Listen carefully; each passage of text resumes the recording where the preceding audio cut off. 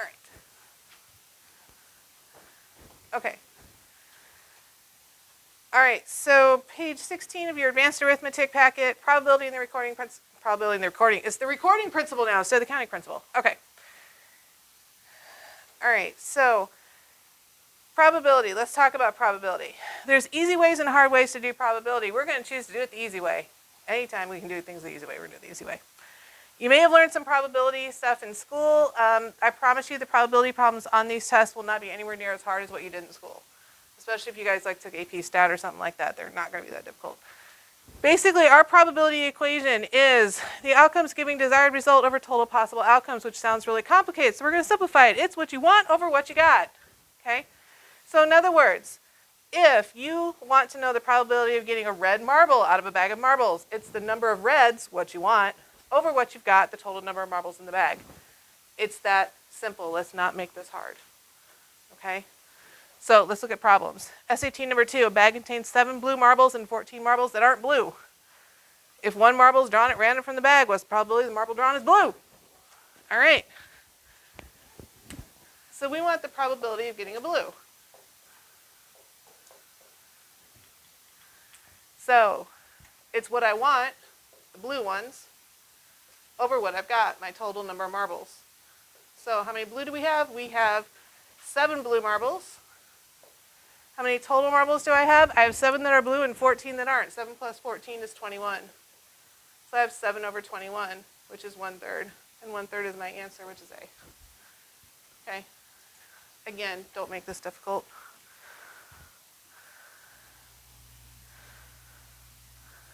All right. Herbie and his racquetballs here, that one's yours to do for homework. So the top one is all yours. It's the same problem, basically. It's just racquetballs instead of marbles. We're going to do the ones with letters. Because, of course, if we can do it with numbers, the SAT wants you to do it with letters.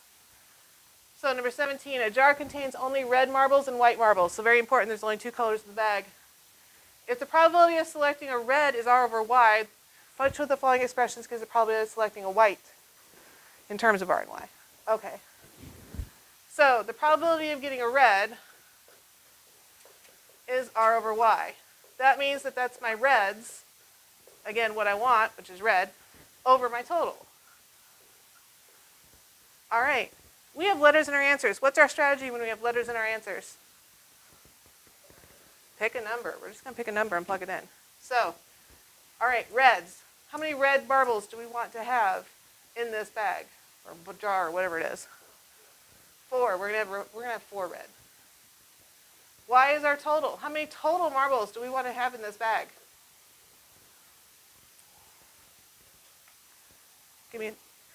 Okay, so here's what you don't want to do. You don't want to pick 8. The reason is that's going to give you the same number of red and white, and we don't want to have the same number of marbles. So I'm actually kind of glad you did that, because that way I can tell you what not to do. So Y is 10. That will work. Now again, we only have red and white in this bag. So if I only have red and white in this bag, and I have 4 red and 10 total, how many white do I have? 6, right? Okay. All right, go back to your question. What's the probability of getting a white? So my probability of getting a white is my number of white over my total. Again, what I want over what I've got. So white over total is going to be 6 over my total, which is 10. So there's my target. I'm shooting for either 6 over 10 or 3 over 5 if I reduce it. Okay? So plug your numbers that you chose, 4 for R, 10 for Y, into your answer choices and see who gives you either 6 over 10 or 3 over 5. So R minus Y over Y. So R minus Y, that would be 4 minus 10 over 10. Well, that's going to give me negative 6 over 10. Well, I can't have a negative probability. That's like the bag throwing marbles at me. That's bad juju. Okay. 10 minus 4 over 10. That's going to give me 6 over 10. Aha, that matches. That's probably my answer, but I'll double check the other ones. R over Y. Well, that's just 4 over 10. That's not going to work. Y over R. That's 10 over 4. Again, that's higher than 1. I can't have a probability higher than 1. So it's got to be B. All right. Any questions on how we do that with letters? Okay, SAT number 6 at the top of the next page is yours to do for homework. It's very similar to what we just did, only it's a little easier. You only have one letter to deal with.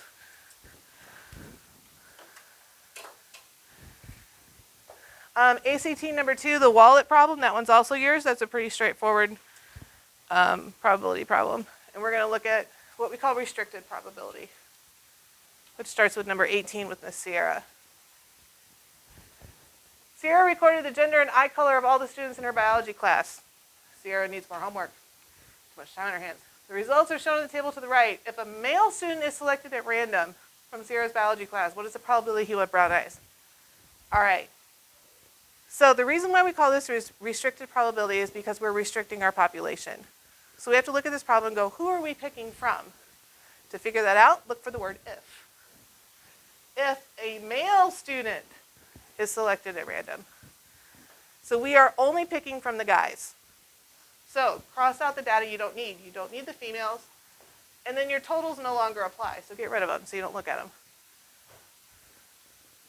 Okay, so we're only picking from the guys. Now, what do we want? What is the probability he will have brown eyes? Okay, so I want the probability of getting brown. So what do I want? I want brown. That's 6. Over what I've got. What's my total males? 15. So 6 out of 15, reduce, divide top and bottom by 3. 2 out of 5. Okay. Any questions on that? Nope. Use those if statements to help you. All right. 14. Real typical ACT question. And it's a lot easier to solve than you think it is. If a bag of 400 jelly beans, in a bag of 400 jelly beans, 25% of the beans are red in color. If a student randomly picks a bean from the bag, what is the probability that the bean picked is not one of the red ones? Okay, in this problem, I actually don't care about this number, this 400. It's absolutely useless to me. Okay? I could use it and make this problem really complicated, but why?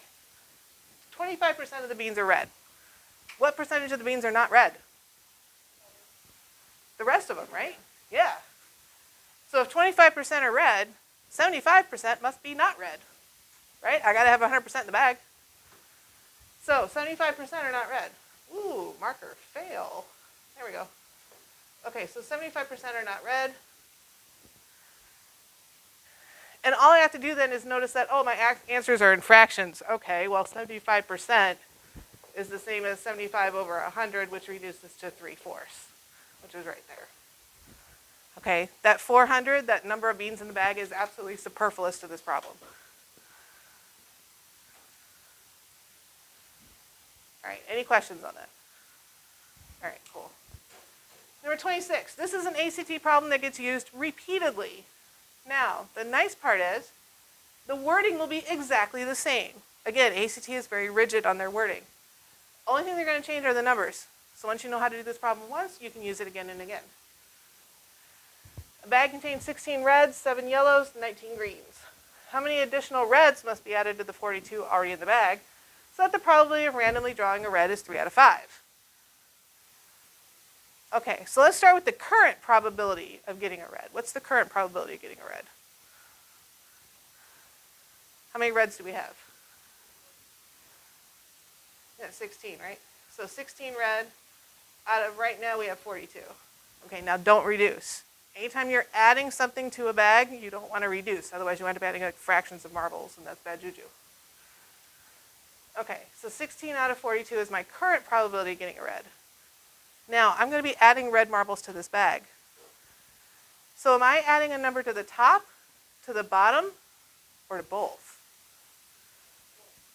Yes, don't be like me and only add a number to the top, and then you can't get the right answer. Okay, yes, if I'm adding a number of red marbles to the bag, I have to add it to the top and to the bottom, because if I'm putting any marbles in the bag, it also has to go in the bottom. Now, after I add this number to the bag, my goal here is to get a probability of 3 out of 5. Okay, if I put 3 over 5 in my calculator, that's 0.6. So my goal here is to get 0.6 or 3 out of 5. Okay. Now, what number do I want to put in there? I could totally put x's in there and cross multiply and do a bunch of algebra, but why? I have numbers in my answers. Let's make this easy on ourselves. Plug those suckers in until you find the right one. Okay? So I would just start in the middle with 37. So plug 37 into top and bottom. So do 16 plus 37, 42 plus 37, and then divide the two numbers. Make sure you add first before you divide. And I don't remember what the right answer is.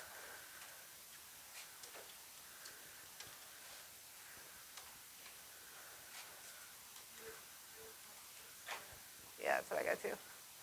Yeah, so this gives you 0.67, not 0.6. So not my answer, and I'm too high. So if I'm too high, I got to go down. So it's either 18 or 23. Bless you. So not 37, so move down. It's pretty close, though. I think I'd try 23. If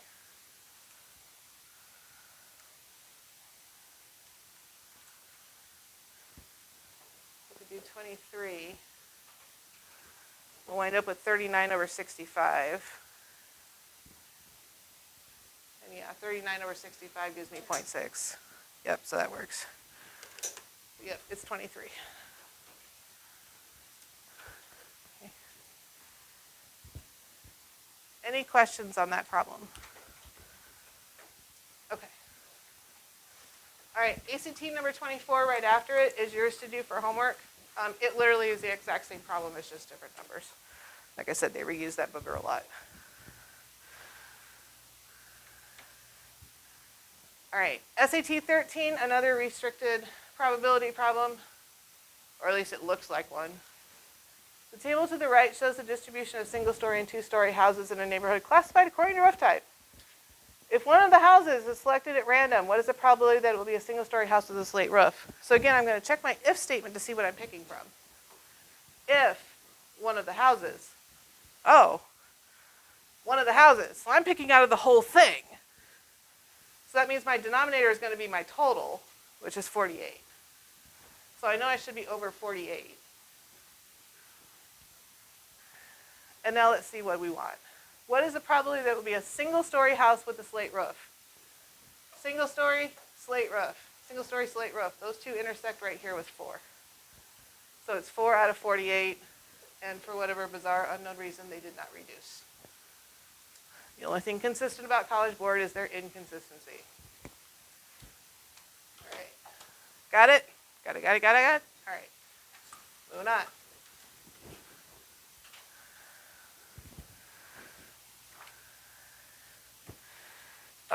This massive problem. Oy vey. All right, so they give you this god-awful long problem. So my habit with these awful long problems is I start with the word if, and then if I need the information above it, I'll go back and read it. So I'm going to start with the word if. If a poll respondent was chosen at random from those planning to attend a college with at least 5,000 students. Okay. We need a college with at least 5,000 students. At least 5,000, so that means 5,000 or more. So that means I'm picking from the medium and the large. I don't need these guys. And that also means I can't trust my totals. So I'm getting rid of those. What is the probability that the respondent would be enrolled at Manhattan High West? Yeah, I have no need of the information above it. Okay. So I want the probability that the person is at West, again, out of the information that I have left. So probability of West is my number of people at West, which is 112 and 98, out of the total people I have left, which is 267 and 173.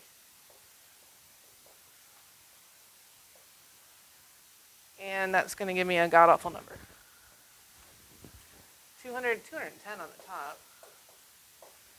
But the bottom is beyond my mental math capabilities. 440. And again, they didn't reduce.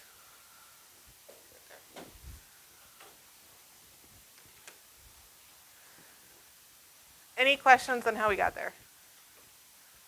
Okay. Like I said, when you have massive probability problems like that, start with your if statement and then figure out whether or not you have to go back and actually read the darn thing. A lot of times reading the whole thing will just confuse the bejeebus out of you. Ma'am? How many pieces are on the SAT? Probability? Yeah. It falls in the advanced arithmetic category, so you're looking at, I want to say it makes up like 22% of the test-ish. But that's all of advanced arithmetic. So you're talking ratios, averages, these. They don't give a specific number of probability. Okay. They just give it by broad category. Yeah.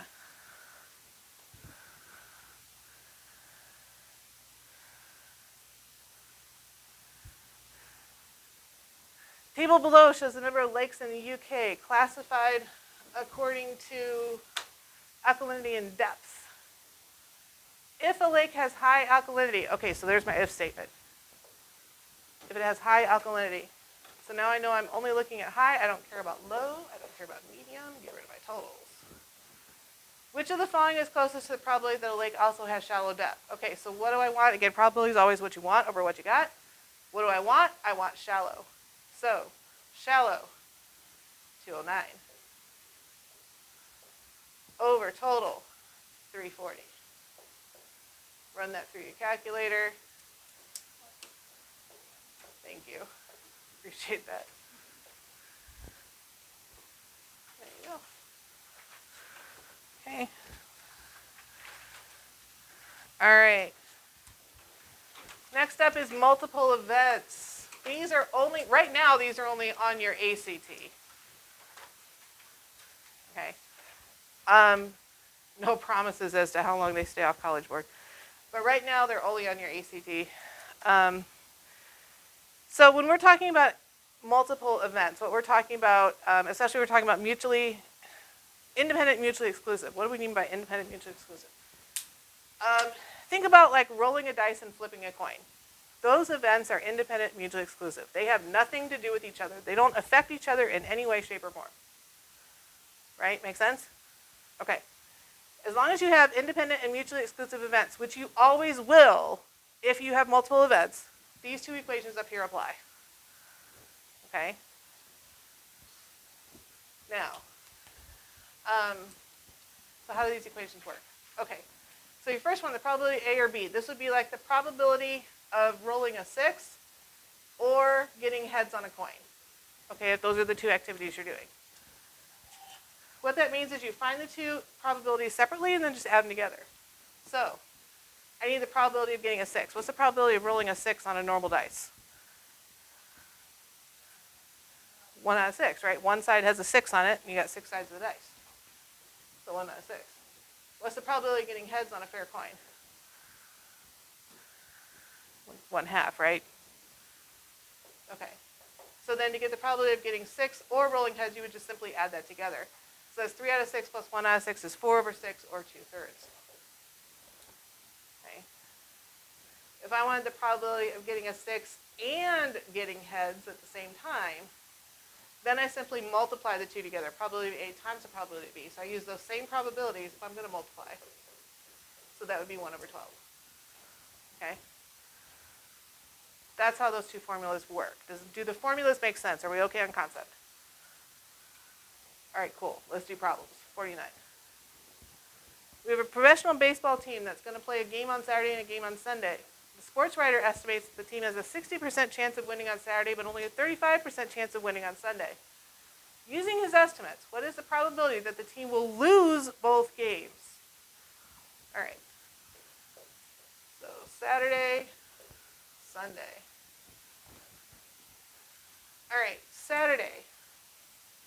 What's the probability they're going to lose on Saturday? 40%, right. So let's take that and turn that into a decimal, because we never put percentages in problems, so we'll take that as 0.4. Sunday, they got a 35% chance of winning. What's their percent chance of losing? Be 65, right? 100 minus 35. So 0.65. Now, we just have to decide if this is an and or an or problem. If I want them to lose, well, I don't want them to lose, but if they're going to lose both games, is this an and or an or? It's an and. So an and problem means I want to multiply. So I'm going to multiply these two guys together. And that should give me 0.26, which is that one right there. Okay. Any questions? All right. ACT 24, the next one is yours to do for homework. It's really straightforward. Comes right up and tells you whether it's an and or an or. All right, next up is counting principle. So the counting principle is something that's really useful to us. It helps us figure out the number of possible outcomes without us actually having to list out the outcomes, okay? And the way this usually comes up is with outfits and menu choices. Don't ask me why those two things, but it's usually those two things. Okay, so here's our example right here. Sam has 6 shirts, 5 pairs of pants, 3 pairs of shoes, and 4 hats. If he wears a shirt, pants, shoes, and hat every day, how many different outfits can he make? Okay, so the slow way to list that out would be like, okay, he could wear his red shirt and his black pants and his brown shoes. Yeah, no, we're not doing all that. So all we have to do is worry about the number of choices. The counting principle is all about choices. So he has 6 choices for shirts. He has 5 choices for pants. He has 3 pairs of shoes. And he has 4 choices in hats. To get the total number of possible outcomes, you just multiply. So that's 30 times 12, that's 360. He's got 360 possible outfits, and I don't have to list them out. Okay? Much, much easier. All right. So again, it's all about choices. ACT number 6 is yours for homework. ACT number 3 at the top of the page on the next page is yours for homework. Again, they're really kind of, those are kind of basic questions. We're going to do ACT number 8 together. This one combines the counting principle with probability. Elias has to select 1 shirt, 1 pair of pants, and 1 pair of shoes. If he selects at random from his 8 shirts, 4 pairs of pants, 3 pairs of shoes, and all of his shirts, pants, and shoes are different colors. What is the likelihood? He will select his red shirt, black pants, and brown shoes. Okay, likelihood, aka probability. What is the probability? He's going to select that red shirt, black pants, and brown shoes. All right. Well, red shirt. What's the probability he's going to get that red shirt? Remember, it's what we want over what we've got. How many red shirts does this guy own? Yeah, who said 1? Somebody said 1. I heard it. How do you know he only has 1? What words in the problem told you he only has 1?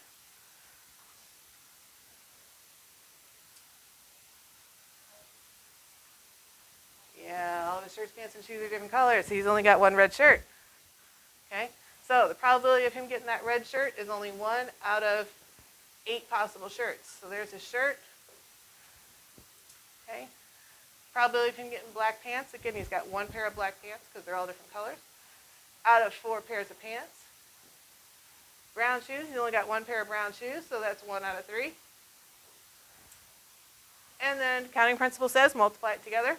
So we got 1 on the top, and that's, well, looking at my answer choices, it's got to be 96. Because it's definitely not 32. Okay. That's how that works. Any questions? No? All right, cool. Okay, ACT 51. Get a great read books is adding a new phone line. The phone company says that the first 3 digits of the phone number must be 555. Okay, pause for a second there. Do I get to choose those? No. The counting principle is all about choices. So if I don't get to choose something, I don't care about it. That's not going to enter into my calculations in any way, shape, or form. Ignore it. It's a useless piece of information. But the remaining 4 digits, where each digit is a digit from 0 to 9, can be chosen. Aha, that information I need if I get a great read books. How many phone numbers are possible? So I got 4 digits I get to pick. Those are the only 4 I care about. How many choices do I have for that first digit?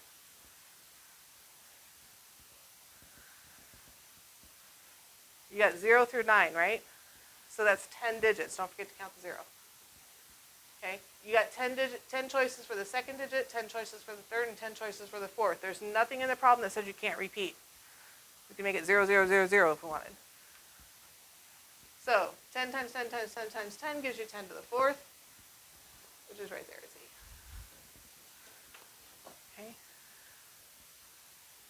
Okay. This type of problem, this is kind of the counting principle on steroids, number 51.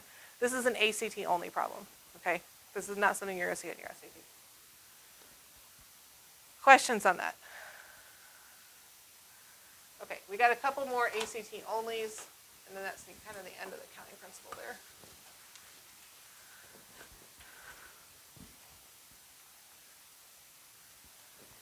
School cafeteria, 2 boys and 4 girls are forming a lunch line. If the boys must stand in the first and last places in line, how many different lines can be formed? All right, so we got 6 kids. So again, we're going to lay it out. We got boys in the first and last, 4 girls in the middle.